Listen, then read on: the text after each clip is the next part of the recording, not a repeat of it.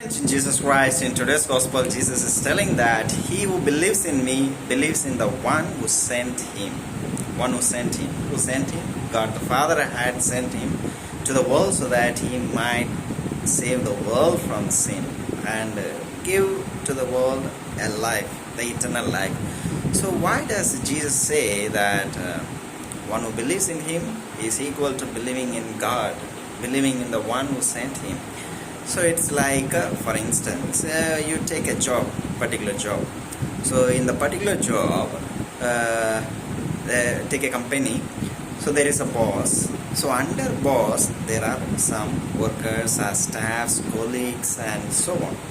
So the boss will instruct the colleagues or the council of colleagues. You distribute this work to this person, you distribute this work to these people. So like that, the boss will instruct the colleagues.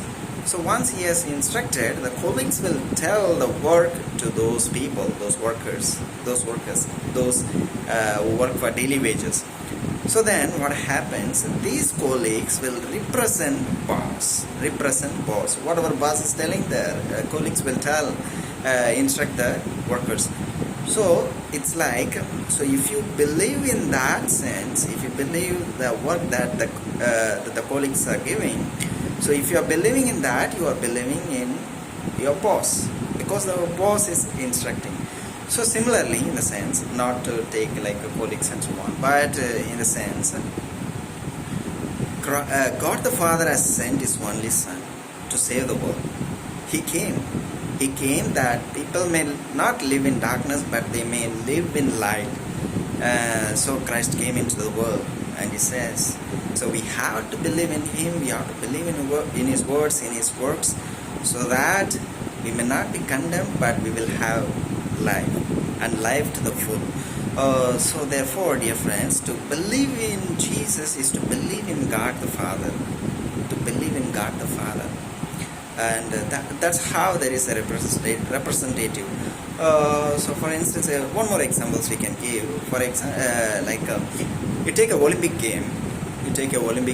So the Olympic game is happening in London, for instance, I'm telling. So from different countries, the players will come, athletes will come, swimmers will come, and then cricket players and these players, that players. Those contestants will come and participate in the game. So those contestants who come from particular country, so they represent that country. So looking at that person, so we see the country of that person. So if an Indian is going there, so when other people look at him, so he is an Indian. So they say Indian. So he represents India. So similarly, looking at Jesus Christ, so he is God Himself. He is God Himself, God the Father Himself. Because when you see Him, you are seeing God the Father. As you see a particular Indian, when you see that person, so you remember India, and you see he is an Indian. So he has got the Indian culture and so on.